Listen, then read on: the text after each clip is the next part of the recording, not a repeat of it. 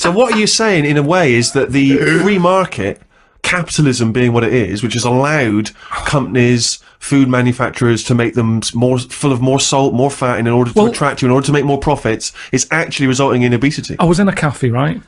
I normally like to go in there, and I might have beans on toast, cheese on cup top. of tea. I might have a bit of cheese. Yeah, cheddar on top. Only if they offer. I sometimes sort of think I shouldn't have it, so I'll only have it if they say, "Do you want cheese?" Oh, okay. And then it's down to their problem. Do you know what I mean? It's kind of like they made me have that. Yeah. So anyway, I'm sat in there. Look how Ricky's glazed over just thinking about cheese on toast now. I'm sat in there. This little fella, I'd say he was from like Africa or something.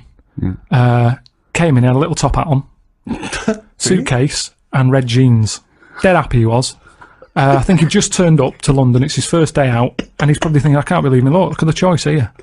Anyway, the difference was... All conjecture. Yeah. The difference was, he went in, and he said, have you got any porridge? He asked for 2 bowls for the price of 1. There was a little bit of a kerfuffle. Yeah, a little bit, because he couldn't understand why. You've got loads of porridge, give me 2 portions. But what I found interesting is, he didn't want to go for the donut or the pastry, because in his country they don't have it. So food where he's from is for what food is for, isn't it? Giving you energy. Yeah. Here it's not about that, is it? No. You go, oh, I'd love a little muffin. So I just found it interesting. That's all my point is, that he could have anything. He's come over here. He's in London. He's got loads of stuff on offer. But he still wanted his porridge. Do you think that? Well, firstly, do you think perhaps he had travelled from the past in some kind of time machine? But secondly, do you think that now that he'll have his first taste of a donut, won't he, or a pain au chocolat? Do you think he'll get the taste of it next time you see him? Well, maybe that's how it works, isn't it? I mean, why do I like? Next time when they go, hello, usual. No, chef the porridge. I want a donut. That's what happens, isn't it? You try one. It's like that. The people I'm talking about who's had a kid and always giving it mango, they haven't let it add a burger yet. It hasn't got any teeth. Burgers aren't. I don't mean like a proper beef one. I mean like a takeaway one that's pretty soft. It's all about a mixture. You need a mixture in your body. You need to have, like I've said to you before, I get an urge for things that I don't even know about. Do you know what I mean? What? Anything. The one that always surprises me are plums. Because I shouldn't get an urge for plums. I don't like them enough, but if I pass them in a supermarket, I go, I want them for a bit. Yeah, I think you need that. And I go mad. I'll eat a full packet in a day. I'll eat like 6 and get bellyache and that. And I know I shouldn't overdo it with them. But it's just like, my body... He's like a creature, isn't he? My body just calls out for stuff. It doesn't, Carl. No, it feels that way because I wouldn't normally buy them. My favourite fruit, I like an apple, love a banana. I've got into blackberries. Yeah. Quite expensive, but a bit of a treat. Have people paid money for this podcast? A man just listing his favourite fruits. Yeah, Graham not included. But are you a fan of the gooseberry? Don't know if I've had them. You've never had a gooseberry? They're very, very tart. They are very bizarre. What do they look like a green testicle. They've even got the little hair on it. A gooseberry is like a really crispy, plump little berry, but it's very, very it's sour. I mean, you've got to have it in pies with sugar and stuff. I bet my godson's had one. He's only 1.5. I bet he's already had a gooseberry, and I've never had one in my life. Right. He'd never said it before, and he said gooseberry. He decided that's the way to pronounce it. Gooseberry. What's that? What's a gooseberry? A gooseberry. Well, okay. I'd never heard it before, but I'm going to say it now, but I'm going to say it my way. Gooseberry. I've never had one. I don't feel like I need another fruit, that's the thing. I think there's plenty of fruit out there. Bananas, apples, oranges. If you get a little bit sick of oranges... I'm a big fan of the Satsuma. Easy to peel. What I don't like is the big oranges you have to peel them, you get it on your... They're the ones I eat when I'm in the bath. That's just easy, so you just dunk under the water afterwards and you're clean again. If I'm going to have a bath, then that's what you do. So it's 2 treats. It's an orange and a bath. I mean, that's amazing. That's an amazing thing to look forward to. Don't you think you've blown that for when you're old, when you're 74, and I go, I tell you what, Carl, lovely treat, it's a bath and an orange. Done it! I did it when I was 36! We've got plenty of fruit. They can't get rid of fruit quick enough. There's loads of stuff with fruit in now. Shower gel with kiwi in it. Telling you, they can't get rid of it because it's too much. So they just go, what can we do with all this stuff? We'll stick it in there. Orange juice. I had orange juice sort of cordial. Yeah. Tastes a bit weird, isn't orange? Sneaked a bit of pineapple in. Orange and pineapple. You can't get rid of the stuff. What's up with that? Talking yesterday to Matt Robinson, the guy I did the film with that you came over and did a part in that we've cut. And his dad is a doctor and used to go around the world and stuff. And when he was about 10, he went on holiday, and they were driving through Indonesia to get to somewhere else. I forget where, but they came across this village where he said the spiders have won. Okay, they drive in. As you're driving in, he could see these things sort of hanging from the trees and the sort of telegraph poles. And as they got closer, he realised they were just big spiders. They just made webs everywhere, and he could see them on the street, okay? He said it freaked him out. They parked up in this sort of like the high street, and he said he got out, and they were running on the pavements, like pigeons and that's just running everywhere. He said the kids were playing with them. The kids were playing with them. There was no one else freaked out. He said he ran to the restaurant. They had to stop. He ran into the restaurant, freaked out. He got into the restaurant, and there was a tarantula on the floor, and he ran back in the car. And he said later to his dad, was that a dream? And his dad went, no, it's true. You know, it's a real place, right? He was telling me, that's the worst place in the world. He was looking it up. He was trying to Google it, and he can remember the name of this place, Indonesia, and he put in Spider Village, Indonesia, right? And he couldn't find it. But another one came up in Cambodia, and it was there, and he said it was exactly the same, just as bad. A place where just spiders have won, okay? But in this place, they eat them. They eat the spiders. The local inhabitants eat the spiders. Yeah. Wow. So this town is just dense with spiders. It's just dense. They're just happy there. No one's killing them. No one's doing anything. Are you just treading on them as you walk down the street? He said it's just they've just taken over. There's a place off Madeira they called Spider Island where no one lives there, but with absolutely no predators. There's just millions of spiders, but no one lives there. How do you prevent the spiders? You know, when you're sleeping, crawling in, getting in. You don't. They just put up with them. I suppose it's that, you know, they're no weirder than any other insect or pest or whatever you call them. It's just, I suppose, because you think of spiders as loners. Yes. And they're the top sort of phobia, and it seems weird that they're almost treated like pets. But isn't that a weird place though, that you drive in and it's just, oh hello, welcome to Spider Town? I couldn't be dealing with it. I mean, my mum wouldn't be that bothered. She's still got that one that's under the telly. She's had that for ages. And my dad threatened that he was going to kill it because he's sick of it. She's put a bit of Tipex on its back. So she knows. What? So she knows. Well, how many spiders are there? What, you think you'd kill it and then replace it out of guilt? It's not like a budgie. No, but you can sort of say, oh, I don't know, it's gone. And then if one turns up again, he'll go, your spider's back. Yeah. But now she's marked it. What, so hang on, it has that's weird. It has a web underneath the telly? It's always under the telly. I don't think it bothers with a web. But what do you mean she keeps a spider under the telly? It's just there, and she's sort of like, it's not a problem. They get rid of flies. They're not dirty. It doesn't get rid of flies if it sits there watching Coronation Street. It doesn't do much. Honestly, it can be there in a corner. I don't know what it does. I don't know. It just sits there. But she likes the fact that it's there. It's that thing, innit, of older people like that, don't they? They don't like change. It's like part of the family, you know. All the kids have left home now. She's got this little spider with Tipex on its head. I like the way that she went into a drawer. She had an idea. She was worried about it. She was worried about her husband killing it. I know. This is for your own good. Good Tipex. Pop that on you. And you've been round there with the spider that doesn't freak you out? Well, I'm going round this weekend, but I used to always sit on the floor to watch the telly. Yeah. Now it's like I'm not sitting on the floor. You'd be watching Spider-Man, it would be criticising. Well, that wouldn't happen. What does your mum think of it? Does she think it's like a little pet, or she doesn't want to get rid of it? I think it is a pet because, like, you know, she's had loads of cats, she's had dogs, she's got a budgie, and now my dad's sort of saying, don't get any more pets because it means we can't go on holiday. Right. Spider can look after itself. I love the idea. Someone say, do you mind coming? We're on holiday for a week. Do you mind coming around with a fly every 2 days? Yeah, I just keep an eye on it. I mean, I thought Spider Island was weird, but keeping a spider under the telly with Tipex on it as a pet. I was watching a documentary about Nazi Germany and everything, and I just realised that I've felt guilty for quite a while because whenever I see a programme about the Nazi plan, I always take a certain solace.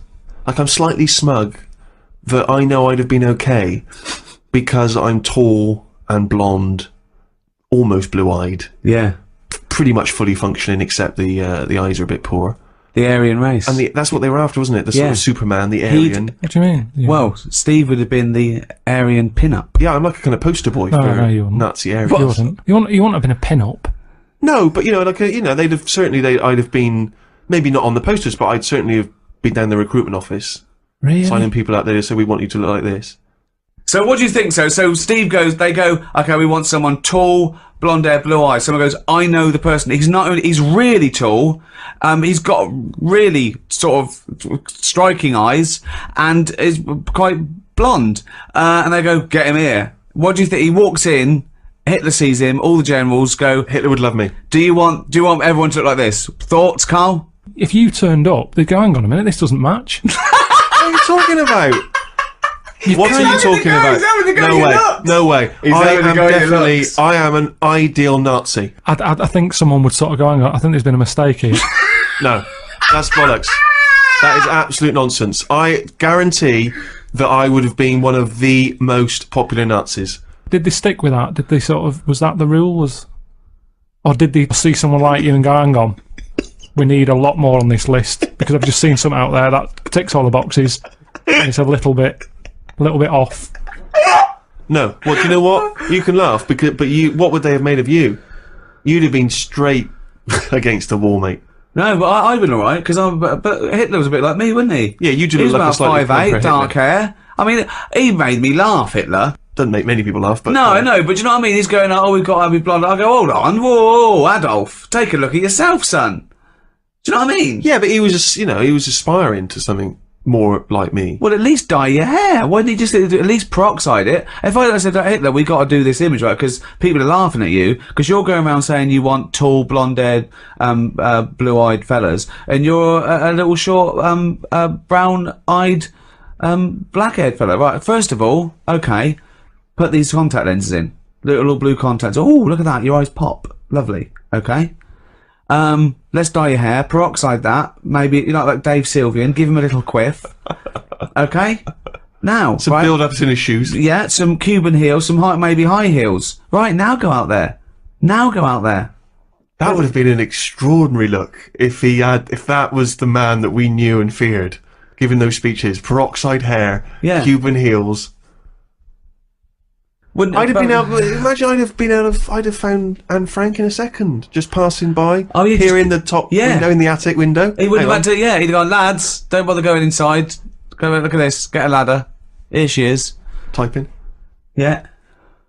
I'm not saying it's a good thing, Karl. I'm just saying that, one can have these guilty thoughts. Only those things that I said where I get an urge to slap a kid or something.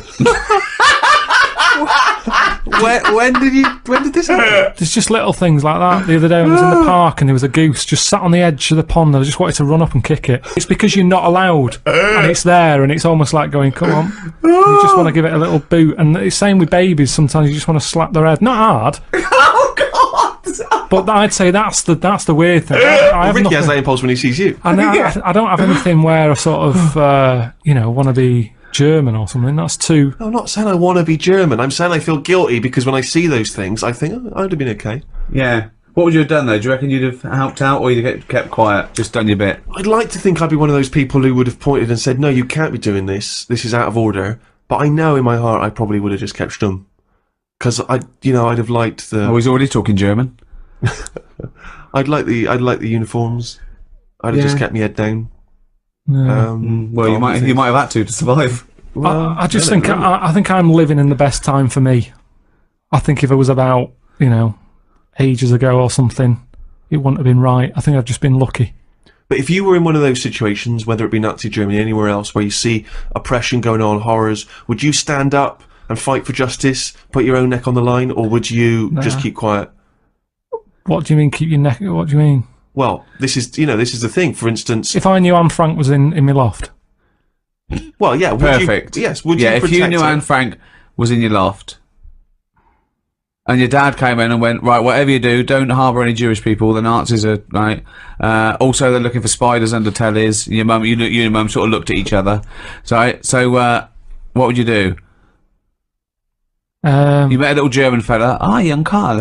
It's a little round-headed fella. I'll probably just go, no, I don't know who's up there. Well, we are checking, and if we find her, then you... Well, that's ridiculous, real. Well, what do you think, though? Of course, it was a threat of death if you harboured someone. Yeah, but that was why it was so heroic. Well, hang People on, hiding sorry, people. could we just have this conversation played out, please, Rick? What? You're the German. Hello, Karl. How are you? Yeah, I'm alright, yeah, what's the problem? You're losing your hair. You're stressed. A little bit, yeah, it's bad times. Right, you're not hiding anything from me, are you? No. Oh, okay. No, and when you're asleep at night, do you hear the creaks of anyone upstairs? I'm quite a sort of, once I get to sleep, because my restless legs and that, I'm normally pretty tired, so I'm out like a light. If I came round, could I look in the attic, and if I find anyone... It's up to you, I've got to go out, I mean... Well, I tell you now, if I go on and find someone, I will kill you. Well, I don't know if anyone's up there. I wouldn't say it's his job, I'd say you go and have a look. Yeah, but Well, don't say that, you're meant to be protecting her. Just say... No, you've got to get him off the Go and set. have a You've got look. to say, no, she's not there. I just checked. Don't worry about that. Listen, I wouldn't lie to you. You'd say... But this is the point, Karl. Are you willing to put your life on the line for someone else? And I think fundamentally... Not for her. Why not for her? She's got her whole life to live. What's She's she a done? talent. She's writing. You're not doing anything. What are you not doing? writing. Staring at She's her? innocent. More like she's innocent. I'd say Anne. I'd go up. Anne. Yeah. Listen, they've been again. I think you should move out, because this is sort of dragging... It's stressing me out. They keep knocking, and I'm going to get dragged down with you, so can you move out of the loft now? You've been here a few weeks. But that's It's the no point. sort of life, Anne. You've been up here, you might as well be some sort of moth. There's no light. You sat there writing, so I don't know what you're writing. You've been up here for weeks. What are you writing about? I've kept a diary, and it's a bit of a struggle. You haven't been out. So, can you just move, please? That's what you do, is it?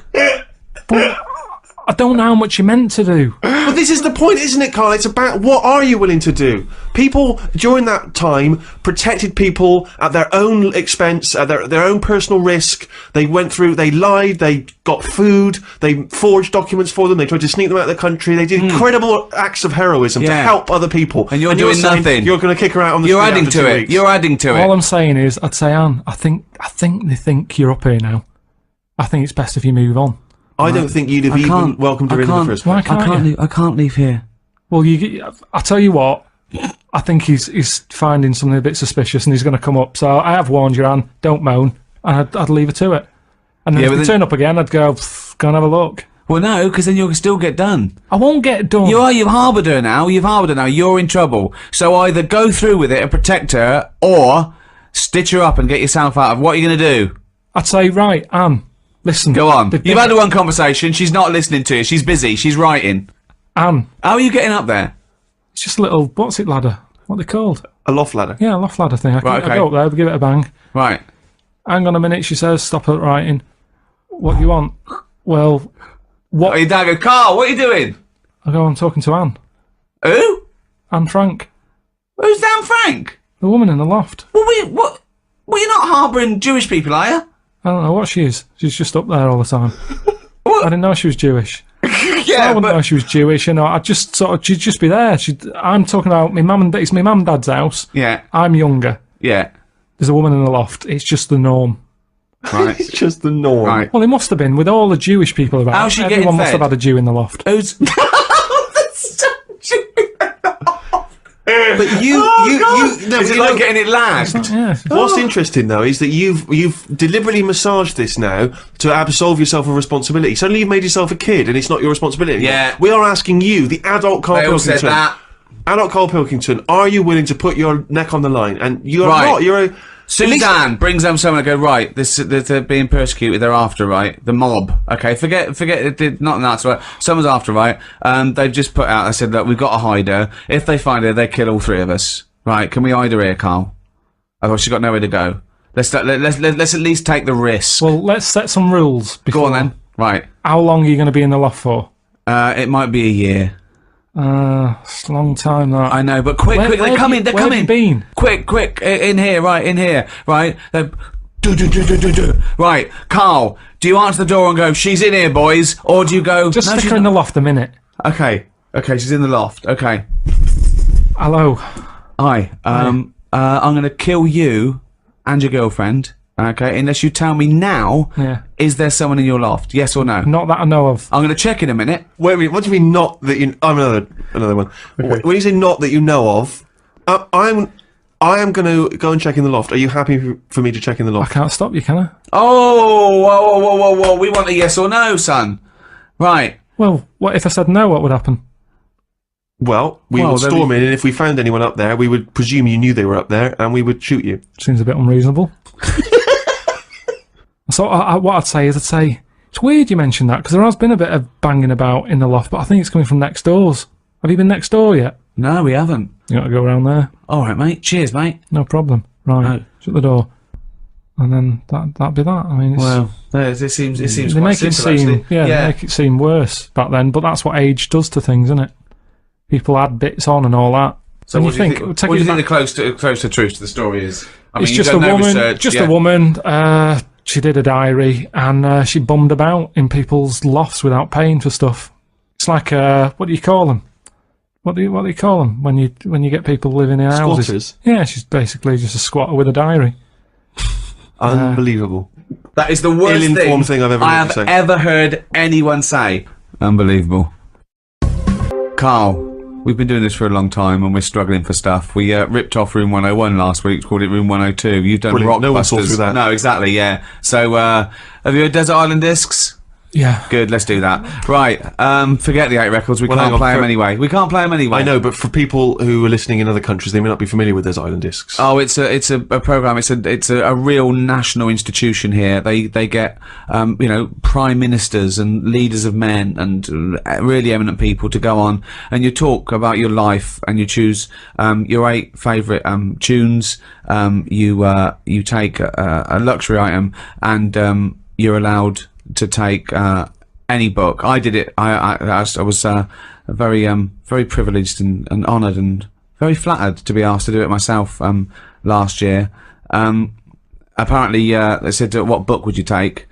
And she went, "You get the Bible." I went, "Well, good. I want you to take toilet paper then."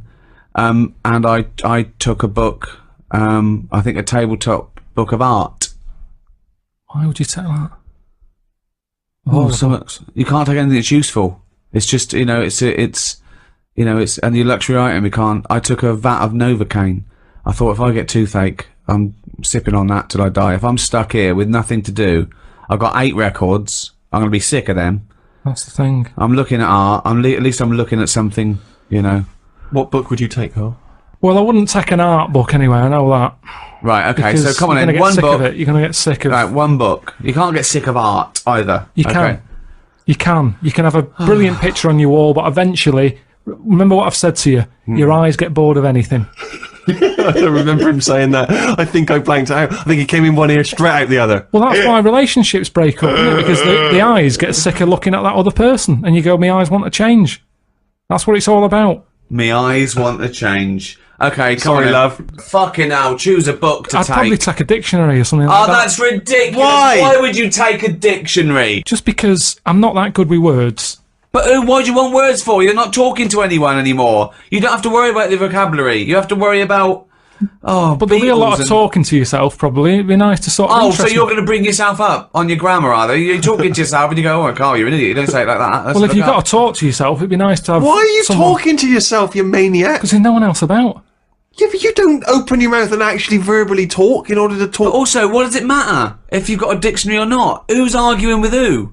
Because sometimes I feel frustrated when I can't get my point across. But it's just you! If you already That's know even your more point. annoying. So- Look how so- you're getting annoyed now. You're annoyed with me because I can't explain what I mean. Yeah. I don't want to be annoying myself. Why would you be annoying yourself? But you'll already understand your point. You don't need to vocalise Well, it. sometimes I think through what I'm saying. And Yeah. I think, does that make sense? And sometimes I'll go, no, it doesn't. And I'll go, why is that? And then you're working it out in your head. Now, if I've got a better vocab, I'll have a good little chat.